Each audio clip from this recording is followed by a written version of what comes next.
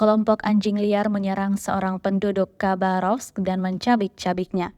Diketahui tragedi itu terjadi pagi ini, Selasa 16 Januari 2024. Rekamannya ramai beredar di media sosial Telegram dan menjadi perbincangan hangat warganet baru-baru ini. Disebutkan dalam keterangan unggahan, korban berusia 38 tahun itu meninggal karena luka-lukanya di dalam ambulans dalam perjalanan menuju ke rumah sakit. Menurut penduduk setempat, anjing-anjing itu tanpa ampun mencabik-cabik pria tersebut meski ada orang-orang di sekitarnya. Ketika orang yang lewat berhasil melawannya, semuanya sudah terlambat. Kini aparat penegak hukum sedang menyelidiki apa yang terjadi. Kasus pidana kelalaian telah dibuka. Video ini viral dan dibanjiri beragam komentar dari warganet.